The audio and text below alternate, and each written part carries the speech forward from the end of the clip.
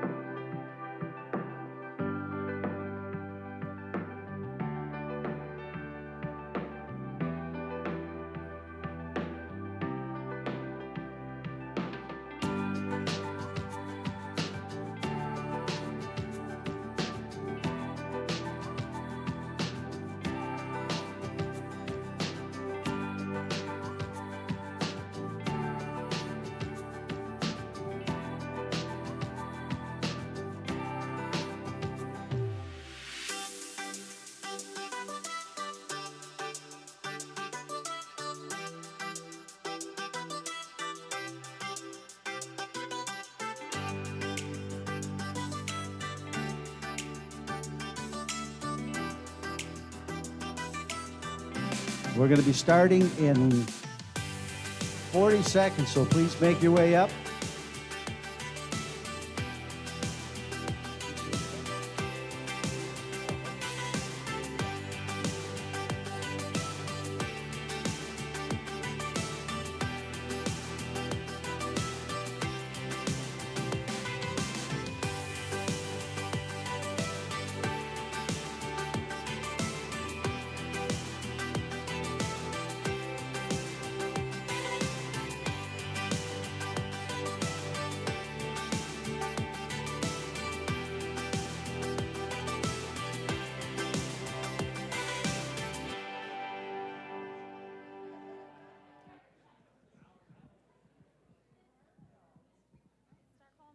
All right.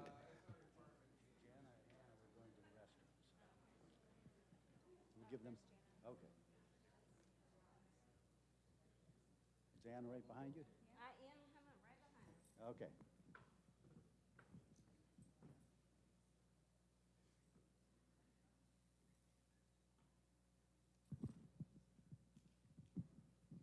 Dr. Boyer, are you here?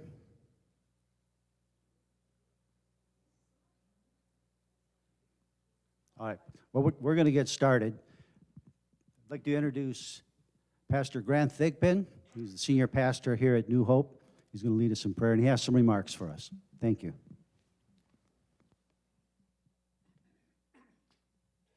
First of all, I want to say thank you for being here this evening. It is an honor to be able to host this forum tonight. I love to see responsible citizens. I love to see responsible parents. And that's a very valuable commodity today, more than ever, because it seems to be so few. But I'm really proud of how many of you showed up here this evening. I wish that every seat was occupied, but this is a good turnout, so thank you for coming. Let us pray. Father, we just humbly bow our heads before you and acknowledge you. We acknowledge you, Lord. We thank you for your precious and your holy word. We thank you for the storehouse of knowledge that you have given us, Lord. Every area and every aspect of our life, we can see your divine will for it, Father. So we thank you for that. Tonight, Lord God, we just ask that the sweet presence of the Holy Spirit himself would be here. And that, Lord, we would remember that although this is a political forum, this is also a house of worship. And Lord God, that we want to behave ourselves tonight in a very, very, very precious way in your sight. And therefore, Father, we'll dig deep, we'll ask pertinent questions, but Father God, we will operate in the kindness and the goodness of our hearts. And we thank you for that ability, and we give you praise in the name above every name, the name of Jesus Christ. Amen. Amen. We're going to do the Pledge of Allegiance now. Please stand.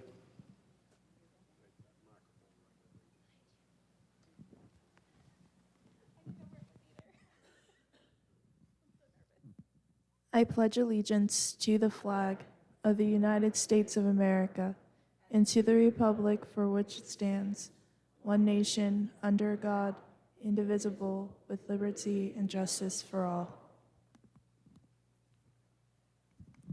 Thank you. Oh, yes, Keith. I'd like to add my welcome to each of you for coming. How many of you have not heard of Florida Citizens Alliance? So it looks like a few of you. Well, we're a grassroots organization, a charity organization that focuses on K through 12 education reform.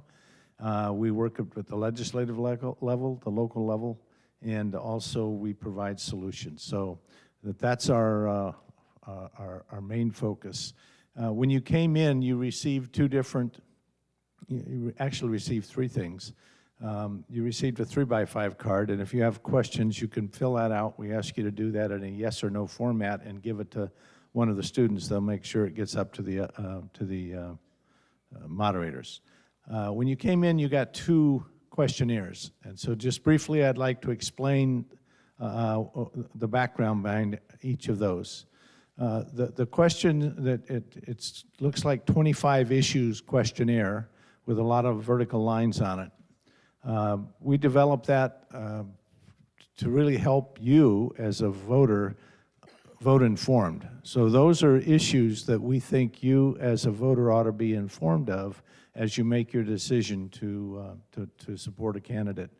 I often hear that I like so-and-so or I like so-and-so. I would argue aggressively that it doesn't matter who you like. It matters who best aligns with your values.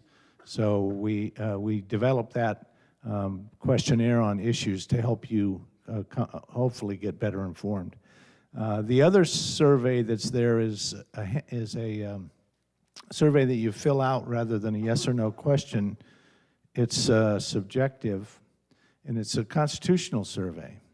And some of you have heard me say this before, but if you go back about 10 years now, one of our Supreme Court justices here in Florida did a survey, and the gist of it was, without peeking, name the 5 rights in the First Amendment.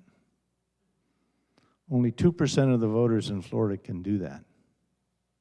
And so if you don't know your rights, how do you know when they're being taken away? And we just lived through a pandemic where many of us gave up our rights without question.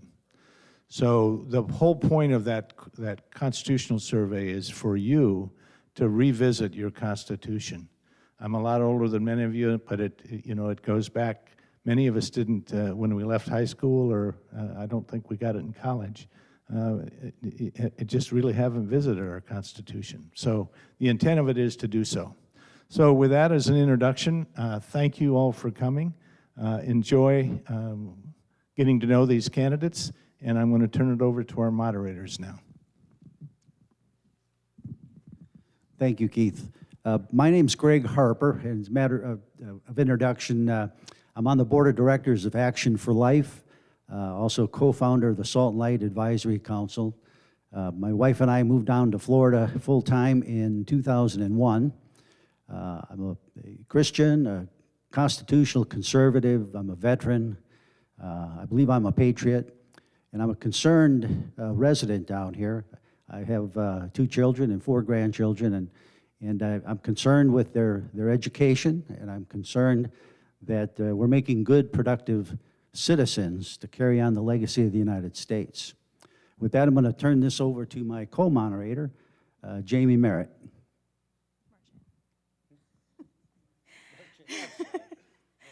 My name is Jamie Merchant. I am a local business owner. I'm a mom of 4. This last 2022 session, I worked closely with Keith and Pastor Rick, advocating for education bills. And I'm also the chair of the Lee County Kids First team, which is also through Florida Citizens Alliance. I'm a person of many hats. I'm also a regional director for the Republican Liberty Caucus, and I also served on their legislative committee. So I am very active in all things political throughout the state, but my passion is education. So I'm going to go ahead and move on to the format that will be used. Each candidate is going to get 1 minute for self-introduction and 1 minute to close. Greg and I will alternate questions and rotate who gets each question first. Most questions will be in a yes or no format. All candidates at the same time will be asked to show the audience their position on a yes or no question using the lights, the red and green lights that they have in front of them. And then each will have 1 minute to explain his or her position. This is not a debate, but if a candidate mentions another candidate, that candidate will have 30 seconds to rebut. There will be a timekeeper in the front row who will give a yellow caution with 10 seconds remaining and a red at the end of 1 minute. Thank you. Florida Citizens Alliance has not told us, the moderators, what questions to ask, but we will use at least 50% of the questions based on the 3x5 index cards that you all received from the audience. As Keith said, please phrase your question in a yes or no format. For example, yes or no, will you champion a zero-based budgeting process at least once every 3 years for every department? If you haven't filled that out, there will be time throughout this format. When you're ready to submit it, just put your card in the air and one of the students will come get it. There will be a lightning round about 2/3 of the way through the hour of questions to change the pace and cover more ground. This forum is being videoed, so comments and positions will be recorded and made available to the public and candidates. Before the final close, the ushers will pass out a straw ballot. Only ballots with a name and email will be counted to be sure no one votes more than once. Each one of you in the audience can vote for 3 candidates, 1 in each district, districts 1, 3, and 5. All right, we're going to start out with your introductions. And again, you have a minute, so if we'll start all the way over on the end with Anna Torino.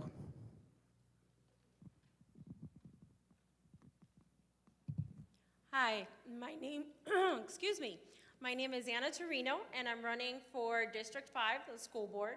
I am a mother of 6. I have been in education for 15 years. I have taught faith formation at my local church for 7 years, so I truly love education and I'm very passionate about it. The reason why I'm running is because throughout all these years, I've seen our education deteriorating. I walk into the classrooms right now and I see children just being pushed through our system. 92.5 that they're claiming is our passing rate. At a D level, to me, that's not passing. Our children are being moved through the system and they are not learning. We're weakening our future. Thank you. My name is Tim Mosier. I'm running for School Board District 5. I live in Everglades City. I've been in the trucking business for 30 years. Last year, about 14 months ago, I started going to school board meetings when they were pushing the whole mask issues. And I decided at that time, after going to a few meetings, that the school board just cares about themselves and not the children. I decided at that point last summer to start running for the school board, so I went ahead and enlisted. I've been married to my wife for 34 years. I have 3 daughters and 4 grandchildren, and I don't like what they are saying or that they've been doing in the school system. I believe in vocational education, and like Anna said, a large percentage of our students are failing. They're not able to pass basic tests, learning math and arithmetic.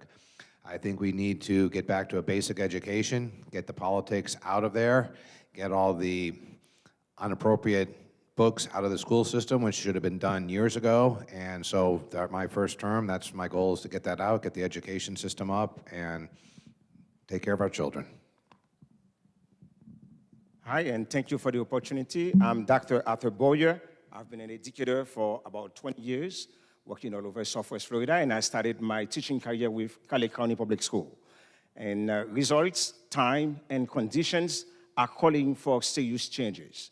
They are calling for transformational changes on our school board and in our schools. And all starts with responsible and knowledgeable leaders to lead our schools, to lead our students to success. And also, we need parental rights, parental engagement, and parental involvement. We need changes, and changes that will align with the best interests of all students, all the schools, and our Cali County Public School.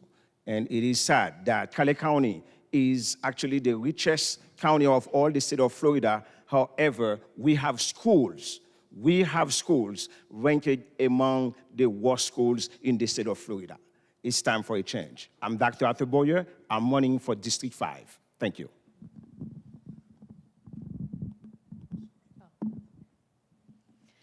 Good evening. My name is Kelly Lichter. I'm running for District 3 School Board.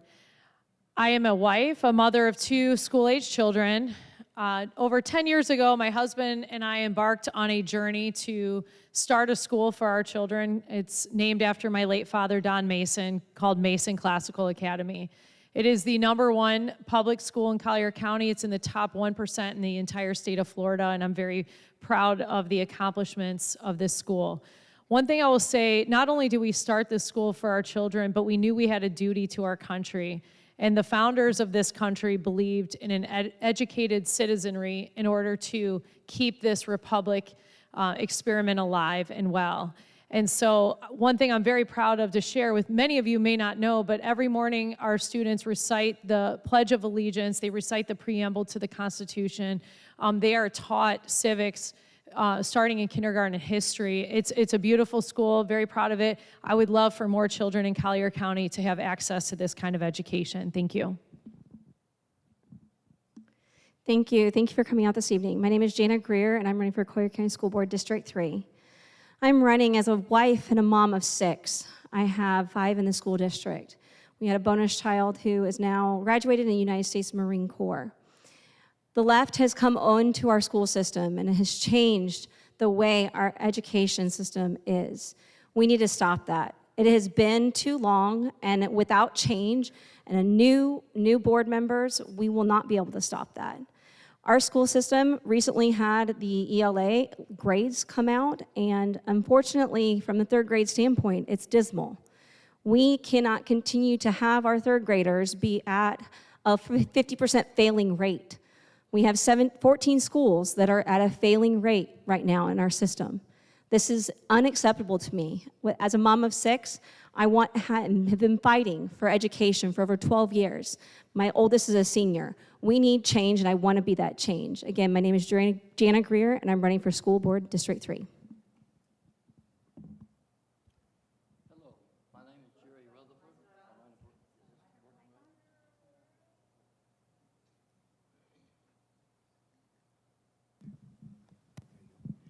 Hello, my name is Jerry Rutherford. I'm running for School Board District 1.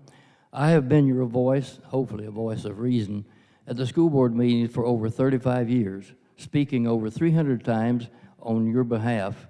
If I haven't been espousing your views, perhaps it's because I haven't heard from you. I have spoken on behalf of those who could not or would not attend school board meetings. I was there when the school board made bad decisions and good decisions.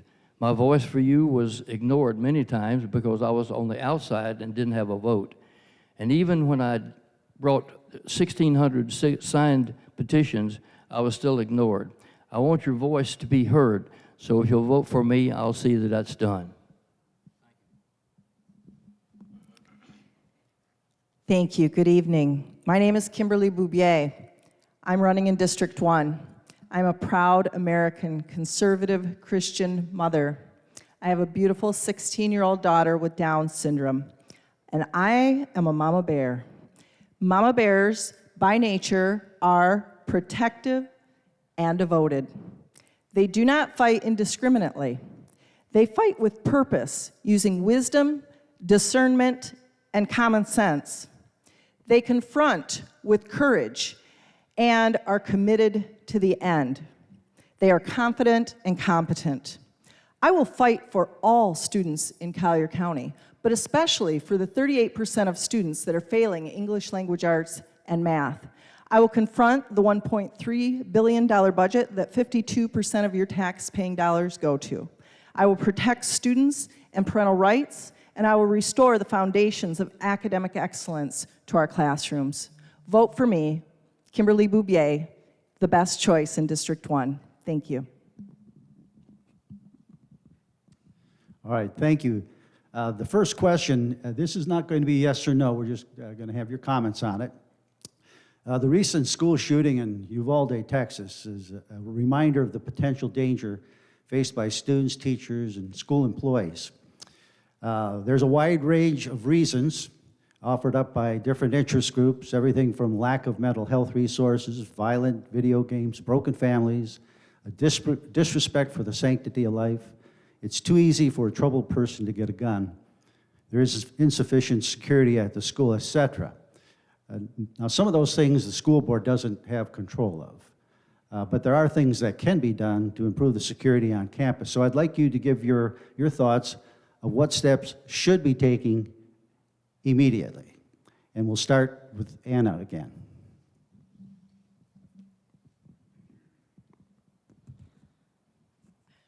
Well, immediately, I would say I have and I respect our Second Amendment. I do have a concealed carry. Why can't those that currently have a concealed carry be able to have a gun in our schools? Because if I was there with that shooter, I would have pulled it out and I would have saved a lot of kids and a lot of teachers. Also, we need to ensure our doors, they're saying that they're locking the doors. If somebody really wants to get in, they're gonna shoot the lock and they're gonna get into the schools. Those are regular glass windows. Why can't we do bulletproof windows? Also, if they do not want to have somebody conceal carry, they can have a room where we can have doors that are thick, like those safe doors, where the children can seek shelter there. The system that we have right now is not working, and we need to really focus on this and save our children and our teachers. Thank you. Well, I definitely think we need to do more. I know Collier Sheriff has police officers, sheriff people in each school, but they can always do more. I also am a big believer in the Second Amendment. The governor has also signed the Guardian program, which I think we should have trained teachers, staff, or people who choose to be able to carry into school if there's a problem. Because if someone walks into our school, I mean, where did all the shootings happen? Gun-free zones. Our children are our most precious assets. There should be at least a handful of people in the school that are caring and willing to put down their lives for their children. God only knows if I was in a school and that were to happen, I'd be the first one running there to take care and save those children, because they don't know where the gun is. When they come in to do it, they should assume nobody has a gun. So I think we should implement the Guardian program so we can have armed people in the school that are willing to work and save our children. Other than that, I mean, they're doing an excellent job. We should have more locks on the rooms and just be able to take care of our children. Thank you.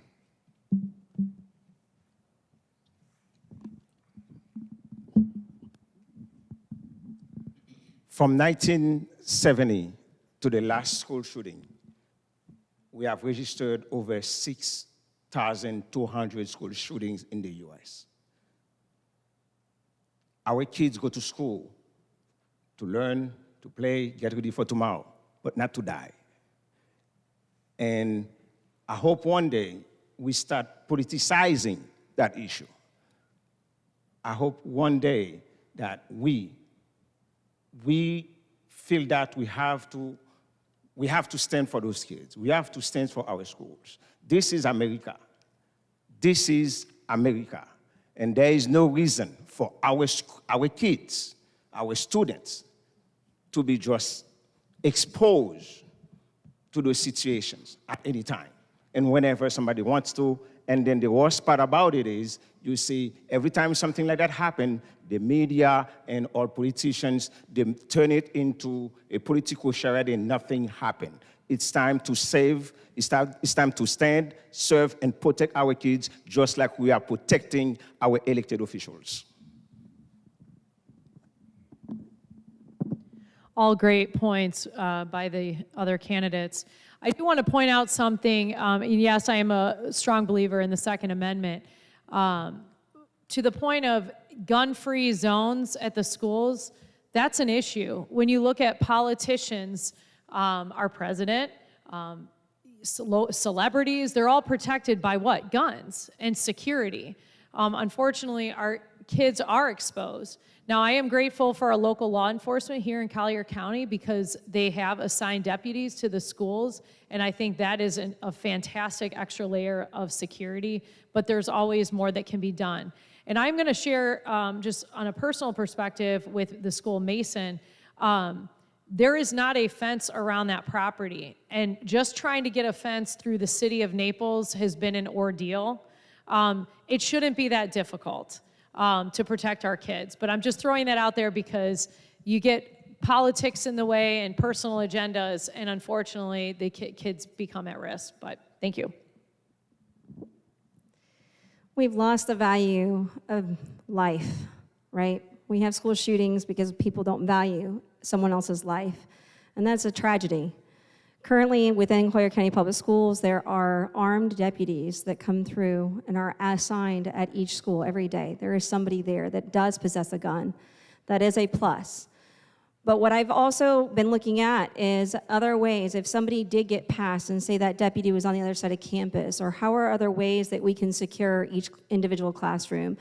And there are systems out there that exist that you can wire in cameras that go to the emergency service.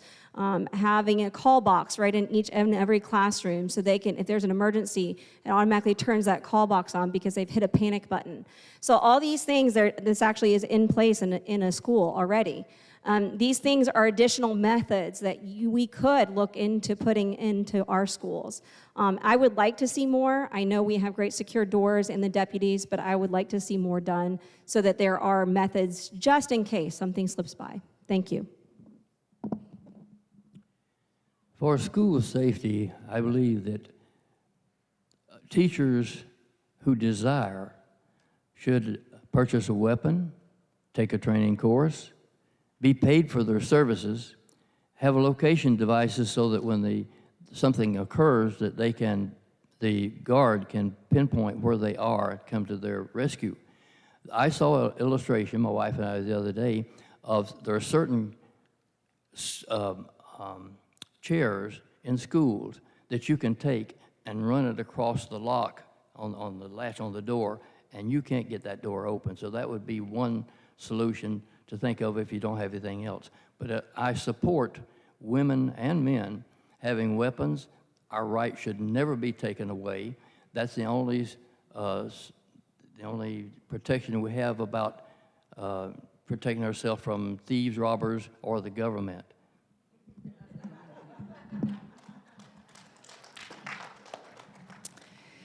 It's absolutely tragic that we've got so many mass shootings going on. But the problem is not guns. The problem is a culture problem. It's a lack of respect for life. It's a deep, deep subject. Thank God we live in Collier County and in Florida, where we have law and order. That is problem number one. We have a lot of places that are losing their ability to have law and order because criminals are not getting prosecuted and police are being defunded. So that is an issue that needs to be addressed. And then in the schools particularly, there's a lot of good things that have been mentioned, and I agree with all of them. We need to do more. But at some point, I just hate to have to say this, but if somebody wants to shoot, they're going to find a way. Typically, it's the criminals always seem to find a way. So we've got to really do everything that we can and get the culture changed by getting traditional values back and teaching children respect for life. I have just a quick follow-up. This just a yes or no. It kind of follows on what you've all said. Would you, if elected, would you consider having a study done by a security professional to take a look at the schools, the sites, their vulnerabilities, and to issue a report to the school board on steps that could be taken. Yes or no, would you support that type of outside intern? Okay, very good. Thank you. I thought that would be the case.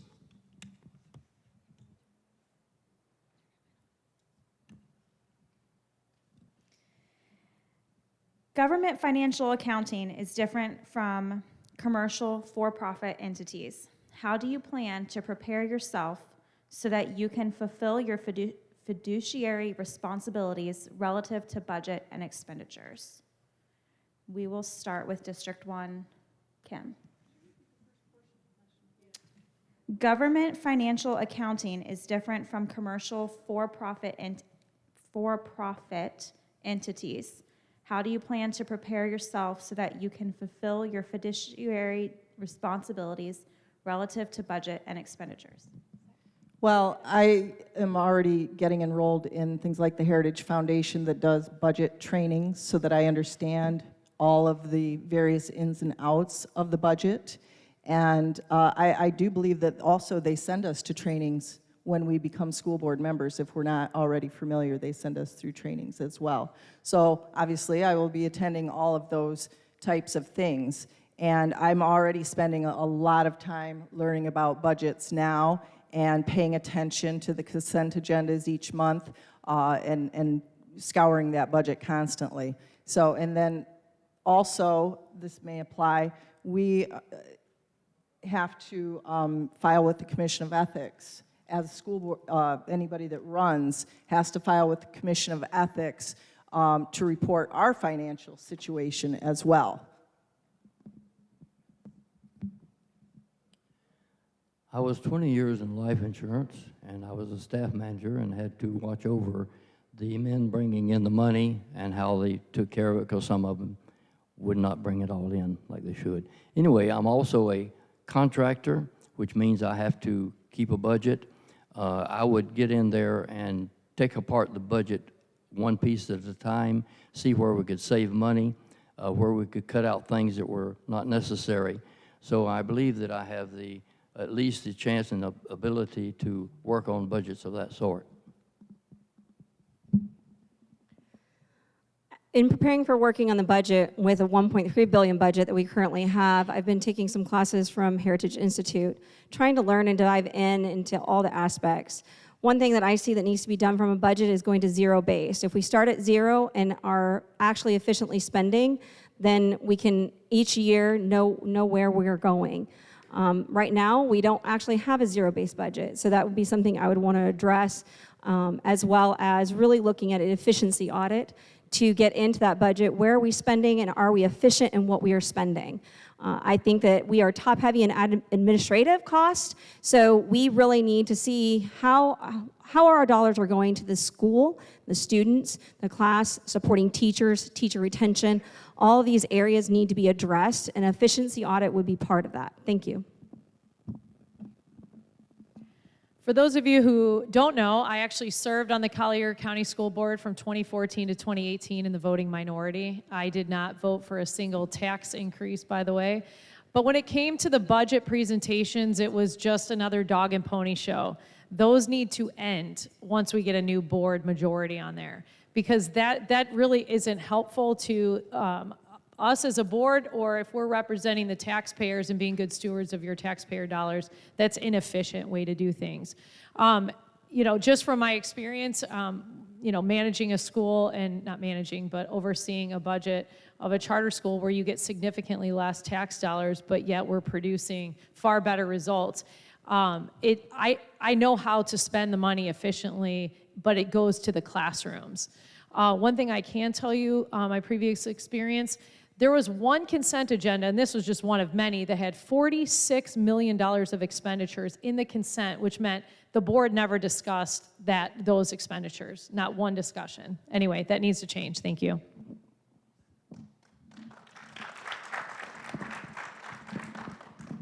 Our schools are not failing because of resources. Our schools are failing because of lack of effective leadership practices, especially when it comes to expenses, when it comes to the budget in general. Accountability, accountability, accountability. Schools are community assets. And I do believe that school board members are to set the example when it comes to accountability. I guess everyone here pays property taxes and has seen their tax bill go up every year.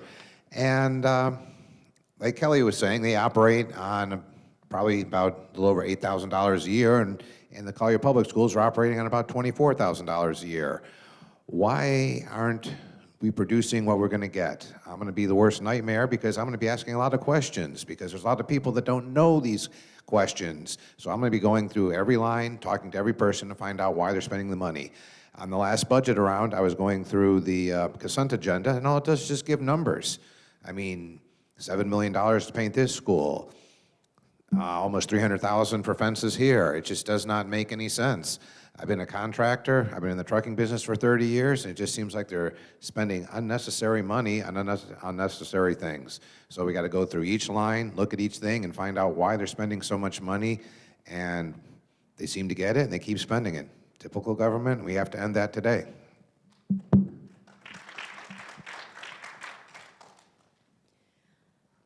Before I studied education, I actually ran 3 international offices for big law firms. I did their collections and their budgeting. So I worked with converting the currency back and forth. So I'm very familiar with budgeting and expenditures.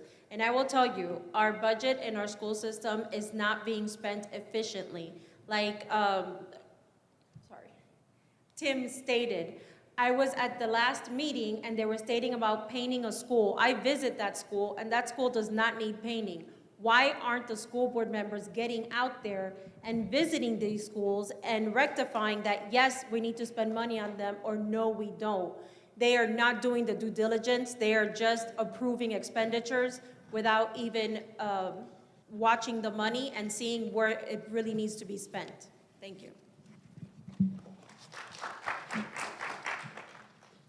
Tim, she did mention your name. You have 30 seconds if you have a rebuttal.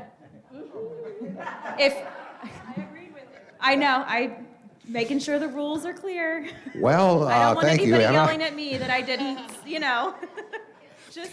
Looking at the consent agenda, what she brought up, I mean, there were ridiculous amounts of money. For a 40 kW generator, it was going to be $500,000. For fences, I talked to a fencing expert, they're 2 to 3 times as much. The painting, like she said, go through and look at everything. We live in a condo, they go back, they evaluate everything, and it just seems like they're spending money like there's no tomorrow. I don't know if they're getting kickbacks from it or not. I'm just, something we got to look at. I want to know why they spend more than you and I would spend on the same project. That's all. All right, thank you. We have a... No, it's okay. Okay, okay. Thank you, We're Al. good. Yeah.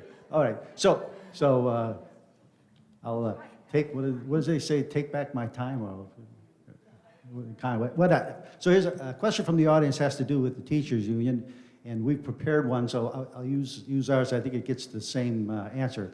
Is the relationship between the school district and the teachers union properly balanced between the needs of our students, our teachers, and the interest of the taxpayer? We're going to start with Tim this time. Well, I'm kind of anti-union. I don't think they're doing too much for our children, and I don't think we really need it. Most of the teachers I've talked to, the only reason they're member of the unions are because they want to have the funding in case they get sued for whatever reason, and the union packs that. I have recently found out that the state will give them up to $2 million to cover that, which a lot of teachers did not know that. So if we make that readily available, I'm sure most of them won't be a member of the unions. And also let the unions, if they want the money, collect it directly from the teachers to see how much they are actually paying, whether it's, I'm not sure what it is, but I know it's at least $200 or $300 a year, maybe not more, but that way they can see where the money's going. I have to pay my bills. I don't like it when it's taken out. I have a small company. I have to pay my taxes. When I worked for a company, they took it out, so you really didn't realize what you were paying. Let them see what they're paying and, get rid of them, and I don't think we need them. This was a yes or no question. If I need to repeat it, just let me know. Can we use the lights, please? So that the audience can see your stance. Thank you. Is the relationship between the school district and the teachers union properly balanced between the needs of our students, the needs of our teachers, and the interests of the taxpayers? Thank you for cleaning that up. This is actually, this is kind of an FYI. It kind of goes along with some of the comments. A recent Supreme Court decision, Janus v. a union, state union, actually ruled that union employees, public union employees, can opt out of the union and have their dues held, not just have the school district stop taking the withholding out, but a teacher could opt to be out of the union. Now, they lose the benefits and some of the things that you talked about in terms of insurance coverage, but that is available to them, and I don't know how well they understand that particular issue as well. So I don't have another question from the audience. They should have a chance to answer the one question though, right? No. The teachers union question.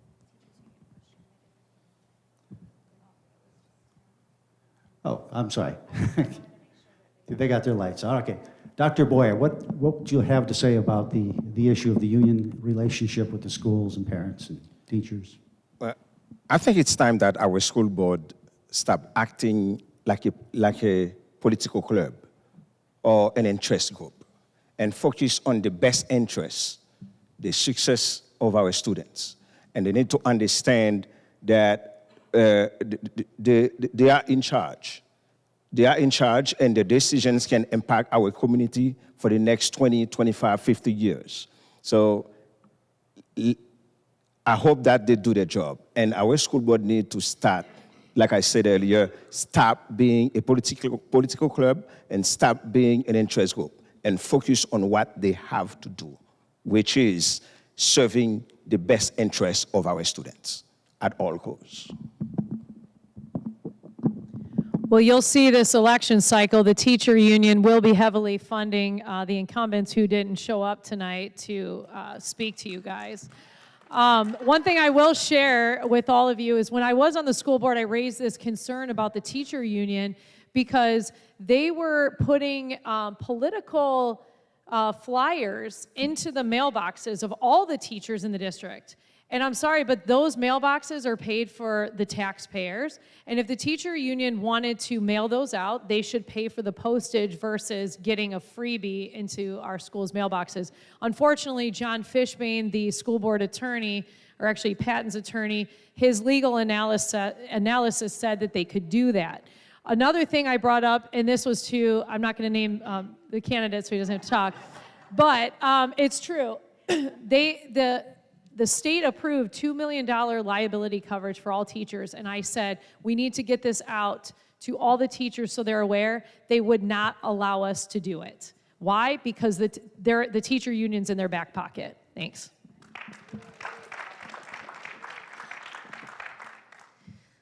There is an out of balance in power with the teachers union. I've spoken to teachers who've had issues recently actually, and went to the union, their union rep, and said, hey, I've got this issue. The response was, oh, just take FMLA. You know, that's family medical leave. They're not going to do anything about your issue. Just take a leave of absence from the school. So telling a teacher to take a leave of absence versus actually standing up for that teacher, which is what they're paid to supposedly do, is the solution in this case. So the teachers are in the union, which about 3,000 teachers are in the local union here. And they are forced in there with their pay being come out of their pay. So that needs to be changed as well. So it needs to be not deducted directly from their pay, and they need to be able to pay it themselves. So if they want to get out and opt out and have other options, they need to be able to empowered to have that option. Thank you.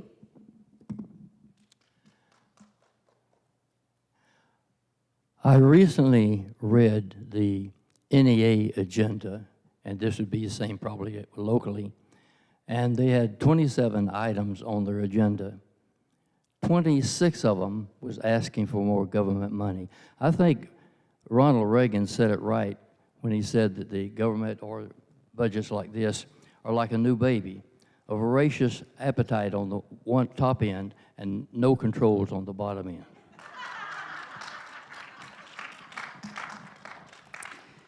So as a school board member, I will be responsible to work with the teachers' unions to negotiate collective bargaining agreements for the teachers' salaries. So as a school board member, I will try to make that into as positive a situation as possible, but yeah, they are definitely out of balance, and I'm going to work in an opposite direction because they've gone way too far beyond their original intent. Teachers' unions are for negotiating teachers' salaries and benefits. The National Union has more recently played a role in getting into the business of education and curriculum, and I am certainly not for that. I do support good teachers, and I support good pay for teachers that have good track records and produce good results. We need to do more for our good teachers and eliminate teachers that are not performing.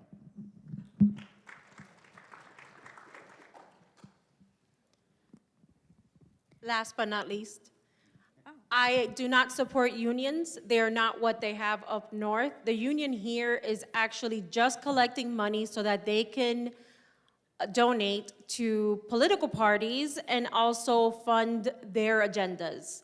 Now, right now, one of my platforms is teacher retention. And I am discussing with a friend of mine who is a teacher, which she is losing her job. She asked the help of the union, and the union is not doing anything. No one is responding. So she actually left the union, and I have convinced 5 people to drop the union because I keep showing them they are not doing what you think should be done. They're actually just taking your money and not helping anyone. The union has no interest in helping our schools. Every time they say they're negotiating their salaries, they do not do it, and they come to the school board, the members right now, and they say there's no money. So I don't know where they're saying that they're negotiating salaries when they're not doing their job. Therefore, they just should be abolished.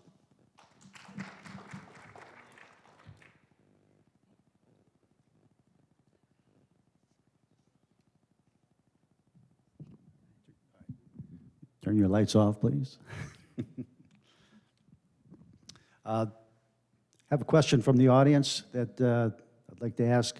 It has to do with child vaccinations, and this is in addition to COVID vaccinating. What's your position on mandated vaccinations for students attending school? And this time, we'll start with, let's go with Kelly. Kelly Lecter, please. All right, so I'm for health freedom and also a parent's right to choose what is best for their own kids. I know in the past, the Naples Daily News, my favorite newspaper, not to be sarcastic, but they actually came on the attack because the school that I founded had a large majority of students that had health exemptions. And they actually wrote a negative news article, and they asked me my position on it. And I said, you know, at the end of the day, it's a parent's right. This is going to kind of tie in, but, you know, along the mask mandate, again, parents should have had a choice, but the incumbents who are not here, so they don't get to respond, but they forced masks on these kids, and we didn't at Mason. So I just wanted to point that out to you all. Thanks. Health freedom should be the parental rights, as was already said. We need to give the power to our parents. We should not be mandating masks. We shouldn't be mandating any temperature checks. We shouldn't be mandating vaccinations. They should have a full opt-out in any area, whether it is for, in the case of COVID vaccination, if it is good conscience, not necessarily a religious reason. You need to have the freedom to opt out and not have that forced on you. We need to have the autonomy of the parents to our children who are our children, not the government's. Thank you. We have 8 inalienable rights, and they cannot be taken away from us unless it is by a tyrant. One of those free rights is the choice of free will and choice of what I want to do, what I don't want to do, as long as it's not infringing on someone else. But they have a right, like for instance, my right to not wear a mask, my right not to take a shot is mine. I will not impose that on somebody else. So everyone's rights should be respected. If you want to wear a mask, that's fine. If you want to get a shot, that's fine. But I think that these universal rights that we have, they cannot be taken away from us, and yet the government is trying to do that. No unconstitutional mandates, ever. No, our parents have the fundamental right to choose the upbringing, education, health, and mental health of their child. And nothing should be mandated by the government or the school. It is up to the parent to choose that for their child. So you won't see that coming from me.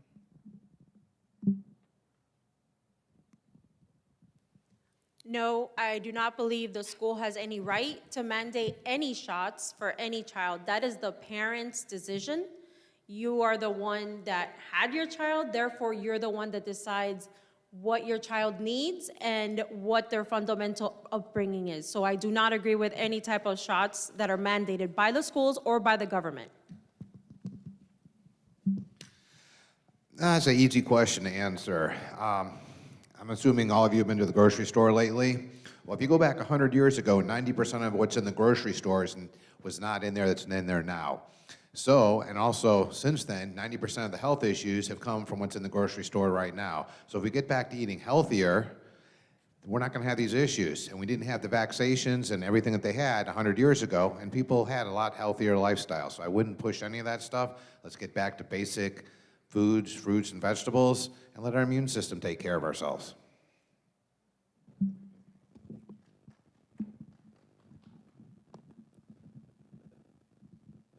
Parental rights, parental engagement, parental involvement. That comes first to me. Elected officials cannot replace parents. Elected officials are there for a term or 2 or 3, but parents are in it forever. My father has been my father for about 50 years. He's still my father. Well, all the decisions haven't been right.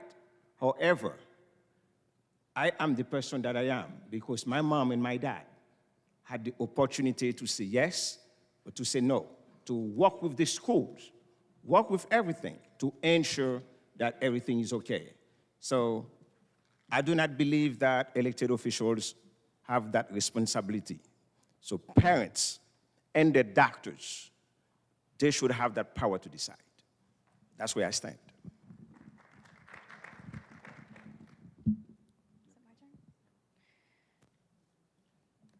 Regarding the Leader in Me program, question from the audience. Sorry, I had to make that clear. Is it appropriate beyond elementary school, yes or no? Please use the lights. The Leader in Me program, is it appropriate beyond elementary school, yes or no?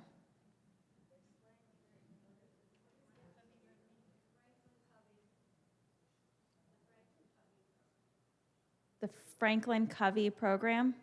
It's a question from the audience. I don't know. Okay, we'll move on. Do you have one to ask? I'll find a second one. Yep, you bet. So a question from the audience. Will you change how the district scores? An example, students receive a raw score of 20%, but with a 70 or 80% on the report card. So how would you attack the grading system to have it reflect the honest grades and the honest achievements of students? And so we're going to start now with Jerry. Okay. When I went to school, there was A, B, C, D, E, and F. I think it should stay that way. Unfortunately, they've changed the system. I think they're wrong. I don't know much about the system today on how they score it, but it appears to me if they were getting the same grades that I got when I was in school, they would be graduating with a good education.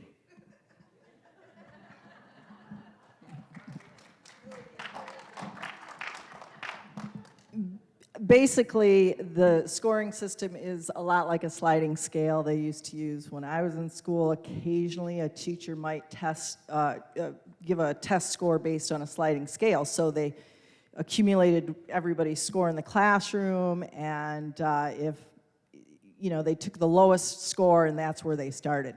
And that's the wrong way to do it, for sure. We need to go back and get a better grading system, and they are actually going in that direction because the system that we have in place right now, the FSA, is going out, and a new system will be in place. They won't be testing as much, but we don't have all the ins and outs of that right now, so we're waiting to hear those things. But yeah, it definitely needs to change, because when we have 60%, nearly 60% of students at Lele High alone that are failing ELA and math in grades 9 and 10, we've got problems with our grading system. It needs to change.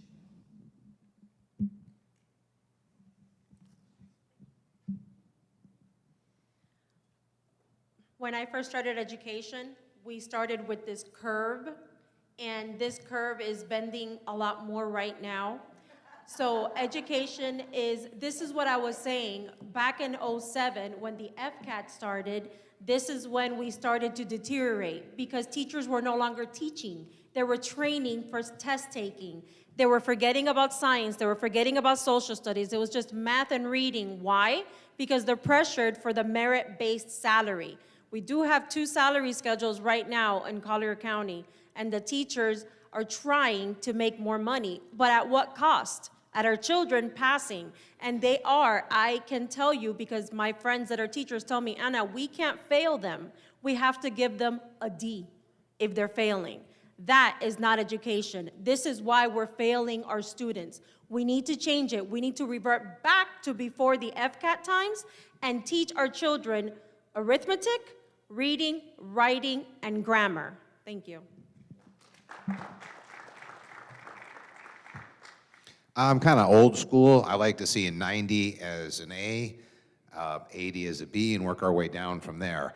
I don't understand this new grading system. It's 1, 2, 3, 4, 5. It's confusing. My grandkids showed me their card, and I'm like trying to figure out exactly where their grades stand.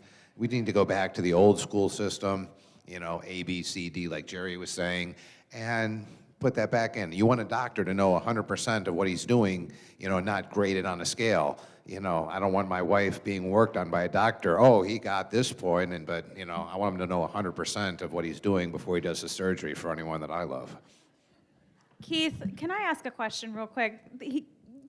Tim mentioned Jerry's name, but obviously he's agreeing with Jerry. Do I need to give Jerry 30 seconds still? No. Okay. I want to make sure, y'all. I don't want y'all mugging me on the way out to my car. So you think you have problem with the grading system. Tell me about it. For 2 years, I decided to become a homeschool parent. And oh my God. All of a sudden, right, really. So that's the way it is. So please don't tell my son I'm happy he's not here. So overnight, I had to be on YouTube all night long just to get myself ready. So let me tell you, what is being taught in our classrooms today reflects our future. If we are passing these students, that's the future. And I don't think that's the future we want for America. That grading system doesn't reflect our values. That grading system doesn't reflect the meaning of America being the country that we are. So let's go back to old school. Let's go back teaching. Let's stop let's get some politics out of the school system. Let's do teaching that's better. All right, so here's one issue. You've got a superintendent and a current school board that care more about promoting themselves and making themselves look good. In fact, Superintendent Patton spent a bunch of our taxpayer dollars just so she could get the Superintendent of the Year in Florida award. She wasn't nominated for it.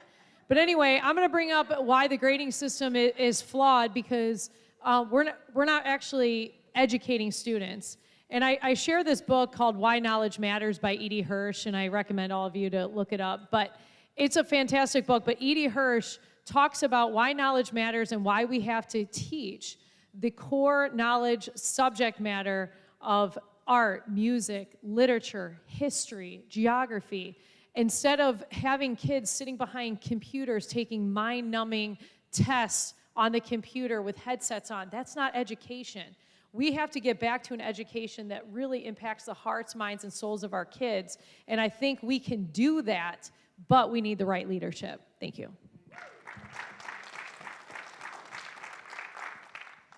So our current grading system is very flawed. Since No Child Left Behind, we have continued to push kids through, no matter if they're failing, successful, or in between, right? We've continued to push them through and not teach them at the level and help bring them up a level. So No Child Left Behind actually brought and dumbed down education in general. So I'll give you some current stats. The 2022 ELA for third grade came out recently. We have 14 of our schools that are 50% below and failing. So 50% of the students in 14 of our schools in third grade are failing in reading. That's staggering. We aren't teaching them how to read. If they've gotten to third grade and they're failing already at that point, we have a big problem. Why is that? Why are we not catching the kids in kindergarten and first who are struggling to read and bring them up to proficiency? We need to accelerate phonetic in reading so that we can bring our kids up to level. Thank you. We're going to ask one more question, and then we're going to the lightning round. From the audience, would you support changing the way Collier County runs its public school board meetings? Yes or no?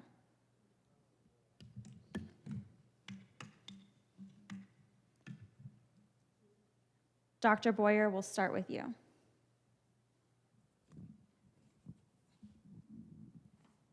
Yes, I would. And effective communication is very important. With board meetings being conducted with script, let's say all those scripted meetings, makes no sense. Why do we have meetings when everything is already scripted? Just like I remember when I used to be a SAC member. Well, everybody think, well, those people, the SACs, with all due respect, yes, they are doing a great job. They are pretty much like our advocate and all that. I was a SAC member. That's not true. And that's pretty much the same thing with the school board. There is no open conversation. There is no real discussion. And everybody's trying to be politically correct because we run the school board pretty much like a political club. Nobody wants to be wrong. Everybody wants to be right, and that makes no sense. It is not helping our schools. So I'm not sure if you're aware, but every week the superintendent holds board briefings where she has these one-on-one conversations with the board members. That's where the business is being conducted, but behind closed doors, in case you were unaware. So that needs to change. I raised this issue back when I was on the board, but being in the voting minority, nothing happened.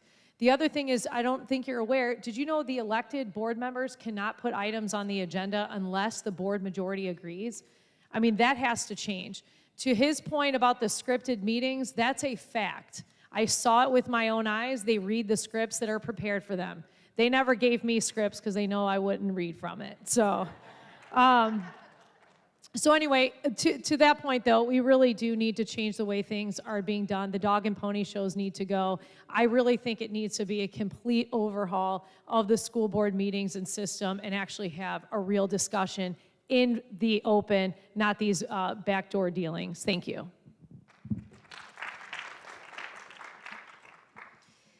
Currently, the school board meetings are held start at 4:30 in the afternoon when most parents and working citizens can actually not attend. This is a problem. We are not able to engage with citizens, even if we had a robust discussion, right? We are not getting our citizenry the opportunity to participate because of the time slot. So this is an issue that I would like to see addressed from the school board.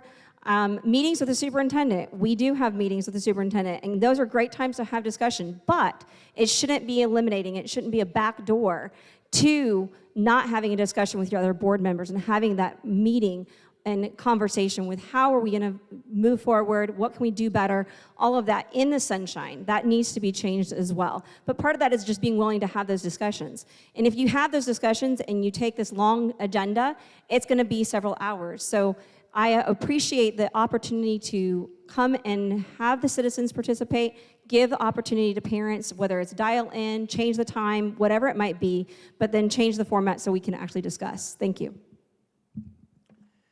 Over the past 35 plus years that I've been attending school board meetings, I've watched school boards change. I watched superintendents change. At one point in time, we had we had meetings from 6 to 9 in the evening, which made it possible for those who were teachers, students, workers, or anybody else to go to the school board meetings. We're working on having them change back to that now, but the fact is, there was more open discussion at that time, and there was more to work with, and I think it was a lot happier time as far as getting things accomplished are concerned. The current pattern that we have with this particular board, and I believe it's been going on for the most part under this superintendent, except when maybe there was somebody else on the board, is that we have the board members voting 5-0 for every consent agenda with no discussion. And that's definitely got to change. And the discussion needs to happen at the dais rather than behind closed doors. And thankfully, we'll be hiring a new superintendent at the end of next school year. And that will be a really good step in the right direction of seeing something change there. So we need to make sure we're really careful about who we decide to hire as a board. So that's where I would start. And yes, I agree with having the meetings later as well so that we can get more participation from the community. I think the meeting time should be pushed back to about 6:30 so every single parent and citizen can attend and can actually speak at the meetings. I also think the attorney should not be constantly interjecting and interrupting everybody as they're trying to speak. Another issue I'm having is we need more time with the consent agenda up so that we can do our research as citizens and bring up issues that we are having with the school board. Also, no more meeting behind closed doors, one-on-one with the superintendent. Why does that need to happen? Everything should be done out in the open and there should be transparency from them. Another thing is the superintendent reports to the board, not the board report to the superintendent, which it seems like that's what's happening right now. So we really need to look into hiring a superintendent that works with the board and is going out and allowing this board to do what they need to do to have our children learn properly and our teachers and administration do what they're supposed to do. Thank you. If everything was running correctly, I wouldn't be sitting here right now. I live in a little town called Everglades City. I'm on the code compliance board with 5 people. I have never seen all 5 people agree on everything like they do at the school board meetings. I mean, there's $1.3 billion that's up in the budget every year, and it seems like they just agree on everything. There should be some discussion. They shouldn't have to be able to just 5-1 or 5-0. Everyone seems to agree with everything the superintendent does. And like they said, they meet behind closed doors. The superintendent meets one-on-one with everyone, and I just don't understand how that works. I mean, we're supposed to be an open society with the school board and be able to see what's going on. So let's get out there and let's see some people disagree. I'm sure when I get on the school board, I'm not going to agree 5-0 with every single solitary thing, you know, unless it's right, but, you know, they're not doing their job, and I wouldn't be here.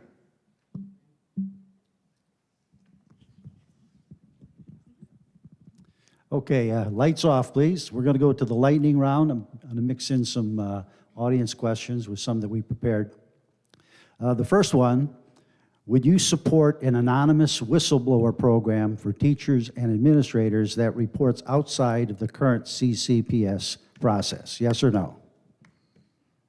Okay, thank you.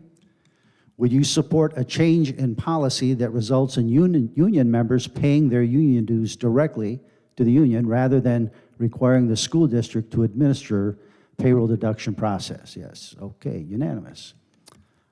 Are you pro-life? Thank you. Are you willing to take a stand for a principle or issue that may otherwise fall outside of the rules? Okay. Are you willing to take a stand for what is right based on principles, even if that is, okay, all right, thank you. Would you support a policy that requires the district to notify parents if their child requests to be treated differently than that child's biological sex? Thank you. Is the school district doing enough to warn students of the dangers of child sex trafficking and the behaviors that create vulnerabilities? Okay. We're not going to make a debate out of any of those answers. It's not a debate. Okay. We've covered this before, but a new group here. Should biological males be permitted to compete in female sports?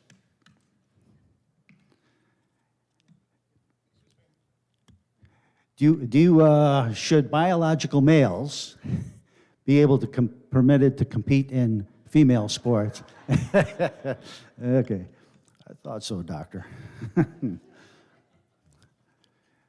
Do you agree or disagree that parents' and taxpayers' input is essential in the selection of textbooks and supplemental materials?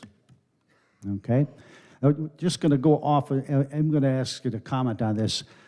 Please describe what you believe the current textbook review and approval process is. Okay? And Jana, would you start? What is the current textbook approval process, as you understand it? The current textbook approval process, so the state has their curriculum that they put forward, so they go through a review and then it puts out to the state. That list is then produced to the districts. The districts then can take that and begin to review. And through that review, they have a committee. They call up teachers and they have curriculum people as well as citizens. Those people then review the options, and then the presentation to the board is of the top 3. So, for instance, what happened recently, we had curriculum that was approved by the state, but then in the math, and it was pulled because of SEL and CRT. So they approved a textbook that had SEL and CRT that was revoked by the state. Yet they came back and held it back. Without going any further, they're waiting on the process from the state to either appeal. So that process is going to come back to the board, and they will either approve or go after that another curriculum again at another point. I was on the 2005-2006 textbook committee for the state, reviewing textbooks and everything, and we had given to us all the books from the different publishers. We had to go through them, read them, try to find bias, censorship, or whatever. And I've never been on the one locally here, but I think that if you're going to find out what's in a textbook, you have to read it cover to cover. It's difficult to do. It takes time. I was given 30 days with the books so I could review them. And I think it does take time to go through these, to look for things. I found a little something funny, actually, in the textbook when I was going to the state. They had an airplane in the textbook and said it was a World War I airplane, and it was a World War II airplane. So just find things like that. But yes, they need to be really delving into. I just recently was into the textbooks locally and found some, how can I say it, difficulties. I'll just put it that way. Thank you. So there is a process, and it's about having the committee review the textbooks, and there is a state list of approved textbooks, and there's certain publishers, but we don't have to go with the publishers that necessarily they say. We can go off of the list and pick our own textbooks, which I think we should do more and more, because too many of these current textbook publishers have gone woke. And they have even stated on their websites that they support Black Lives Matter and things like that. So we need to be very careful about the publishers that we're choosing our books from, and we need to be really thoroughly looking through these books to find any traces of indoctrination, especially with the critical race theory and things like that. And we need to go beyond the textbooks and make sure that it's also not in the teacher's supplemental material.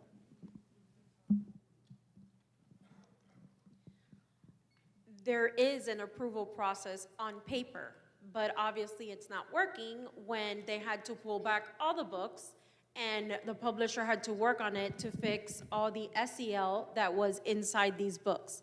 I actually reviewed the 2nd grade and 4th grade math books the first time around, and now with my next appointment, I will see if everything that I had listed that was an issue was removed. Now, I do say that the board was a little bit too fast to jump and approve these books. Why would you approve the books if we haven't finished reviewing them? You're just going with it and approving anything.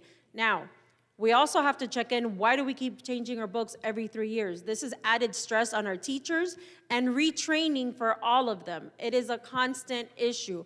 I don't know if there's something going on with the publishers and our board, but that's something that really needs to be visited by the new board members when we get voted in.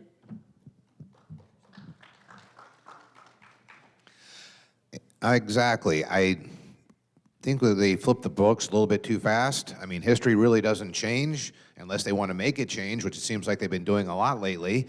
So let's go back to the old school books, let the books ride out a little bit longer, and let's get review committees that have been doing a very good job going through. I mean, they found marijuana in math books.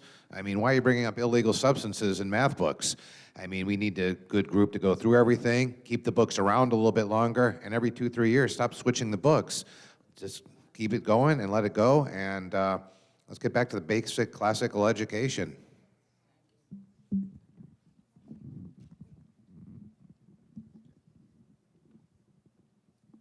My concern about those book reviews, interesting they call them reviews, publishers have too much power. That makes no sense to me. Publishers are there for their business, not for our community, not for our kids, not for our schools. They've been there. Look what's going on in our schools. And also, I think we need more community involvement, because schools, those kids attending elementary schools today, in the next 25 years, they are going to be in charge of our community. We have to be careful with that. And now, and also, my concern about the publishers being involved is the fact that, let's say, their involvement is questionable to me. Their power is questionable to me. And it is seriously questionable when business are so involved in education. Who is sponsoring those publishing businesses?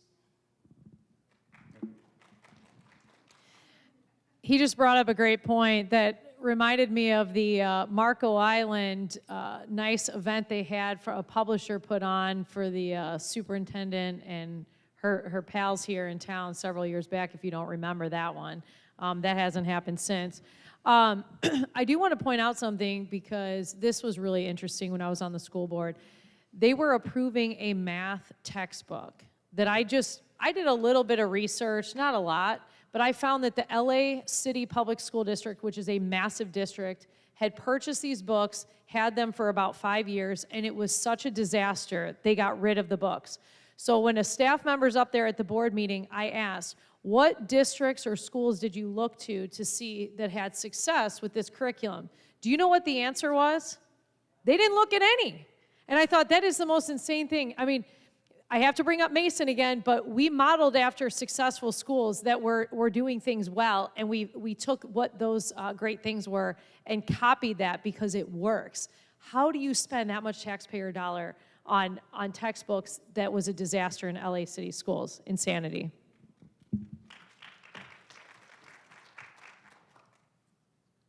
Okay. All right, in just a moment, I'm going to ask the candidates to make their closing remarks. You've received or will have received, you want to cover this, Keith? All right. Before they make their closing remarks, you have received from the ushers a straw ballot. We live in different times, so we're on an honor system. Please only vote once. And you will notice that on the straw ballot, there's a place for you to write down what you believe to be the top 2 issues facing the school board in the coming years. So please fill that out. We'll be putting out a press release tomorrow, not only on the results, and if you stick around, we'll get the results tonight, but also what's really important, I think, is the top issues. So please take the time to fill that out, and once the candidates have done the close, the ushers will be picking up the ballots. If any of the candidates want to have their representative work with the counters, that's fine too, okay? All right, thank you, Keith.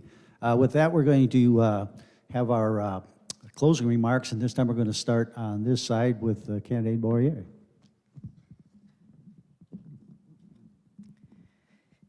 My name is Kimberly Boubier, and as a school board member, I will fight for all students and protect parental rights. I will strive to be fiscally responsible with the $1.3 billion budget. Rather than focusing on only the accolades, I will acknowledge and improve the areas where the students of Collier County Public Schools have been failed. Laley High has nearly 60% of students failing English, language arts, and math. Shadowlawn Elementary has 68% of their 3rd grade students failing English, language arts. They are not alone. It is time for new leadership and governance that will ensure that all students succeed. Vote for me, Kimberly Boubier, the best candidate in District 1. Thank you.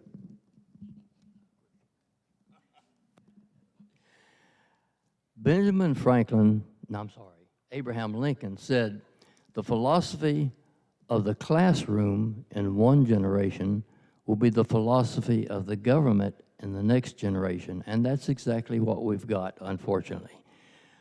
I believe there are 5 things needed to provide a good education, good citizenship, and great leaders. Number 1, discipline is needed to form good work habits and study habits for reaching the goals of life.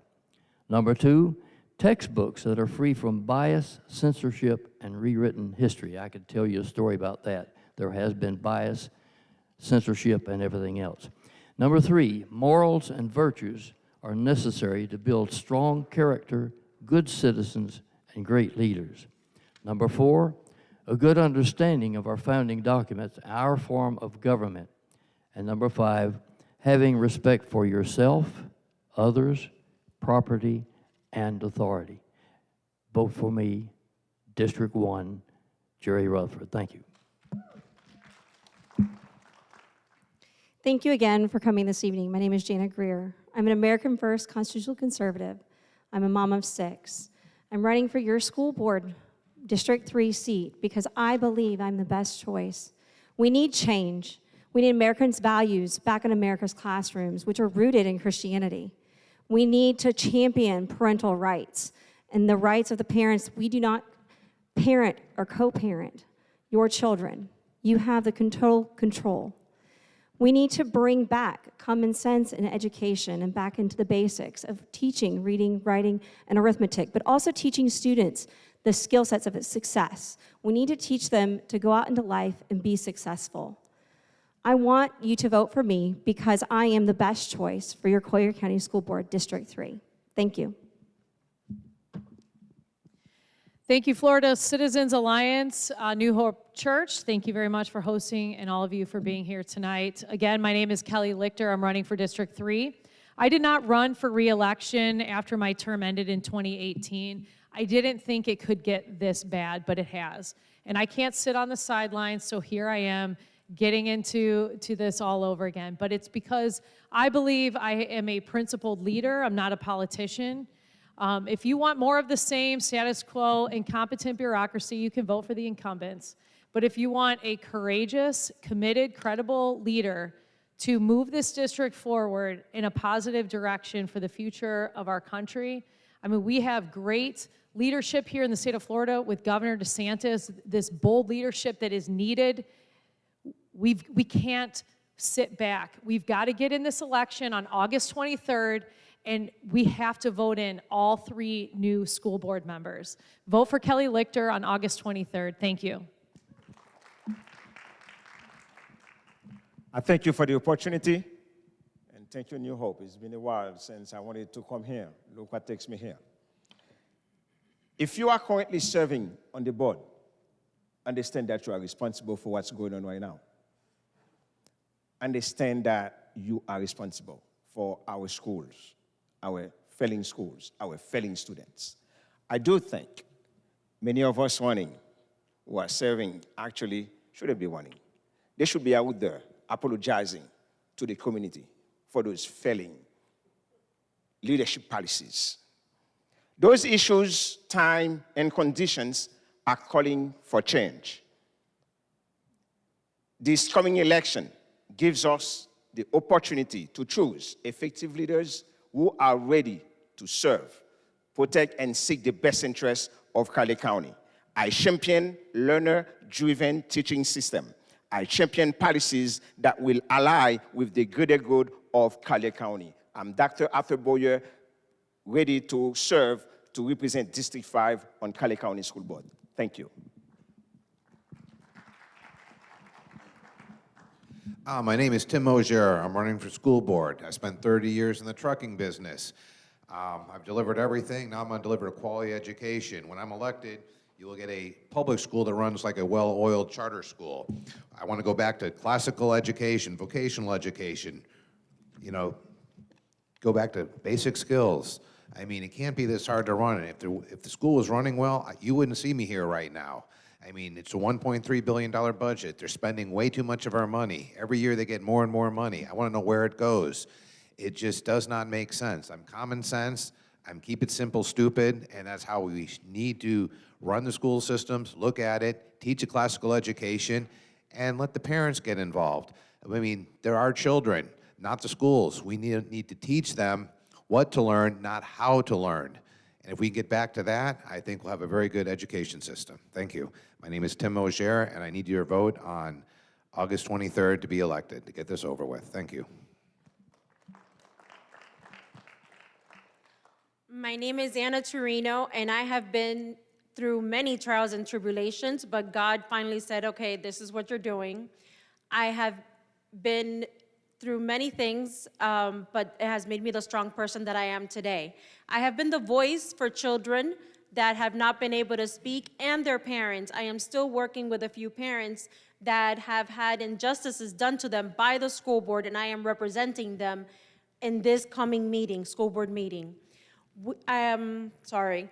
The children are our most important asset. We need to teach them to be independent, to be Americans first, and also to be problem solvers. We're not teaching our future to be able to think for themselves. We're putting them in front of computers, and that's what they're learning from. They're not learning from teachers standing up on the board and actually speaking to them and teaching them what needs to be done. And lastly, we need to hold everybody accountable, all the way from the school board to the teachers, to ensure these children are learning. Thank you, and vote for me, Anna Torino. Thank you, candidates. Thank you, audience, for all your questions. Clearly, I'm not used to people agreeing with each other. A lot of the questions were so great, and they have been targeted before. I do encourage all 7 of you, though. It's a concern, the leader in me, so I would look into it. I'm going to go home and look into it for Lee County, because Lee County's my wheelhouse. So thank you. Thank you, Keith. All right, I just want to make a couple remarks as well, and I'll turn it over to you, Keith. Thank you to the candidates. It's a grueling thing to run for school board, and I really, really appreciate and respect what you've put yourselves through, and thank you for doing so. And thanks you for attending. Now, I want to say one thing about the primary, the importance of the primary. 9 of the 10 school board seats that have been, school board members that have been in office were elected during the primary. The school board is a nonpartisan position, meaning there's no political affiliation, Democrat, Republican. All the candidates show up on both ballots at the primary. And whoever gets, if anyone gets 50% plus 1 vote, they win the election, and nothing happens in the general in November. So if you want a voice on the school board election, you have to vote on the primary, which is August 23rd. Critical. I want to reiterate that last point that Greg just made. We're getting some questions on the live stream and the online. There are all 3 of the District 1, 3, and 5 are at large, and they're up for re-election. And as a voter in Collier County, you can vote for 1 person in each of those 3 districts. That's really important to understand. Okay, you do not, they have to live in the district they're running in, but you get to vote for 1 in each of the 3 districts, okay? The other thing that's really important, and Greg said it, but I want to re-say it, across the country, 90% of incumbents get elected in the primary and never go to the general. The August 23rd election is so important. You have to engage. You have to get your neighbors to engage. Do your homework. We're, Florida Citizens Alliance work very hard to provide you with an opportunity to understand the values of these candidates. Please share that. We've got videos online. We've taped this, so please share that with your neighbors and your friends. I too want to thank all the candidates. It really is a grueling task, as you said. Many of you have probably noticed the incumbents aren't here. Florida Citizens Alliance has been a pretty tough taskmaster against, for the last 6 or 7 years against our school board. And frankly, they decided they probably have more to lose than to come out and defend their track record. On the back, we'll never tell you who to vote for or against, but on the back table there, if you want to pick up a list of all of what we think are the key facts and actions that have occurred over the last 4 years in our school board that need to be addressed, please feel free. Thank you, moderators, for doing a great job. And special thanks to Pastor Thigpen and his wife for doing such a great job. Susan, thank you. So we really appreciate you hosting this. Have a great evening. Oh, the students will pick up your ballots on your way out.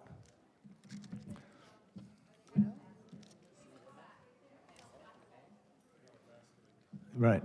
There's a basket in the back. The students will pick those up from you. Please make sure you give them to them.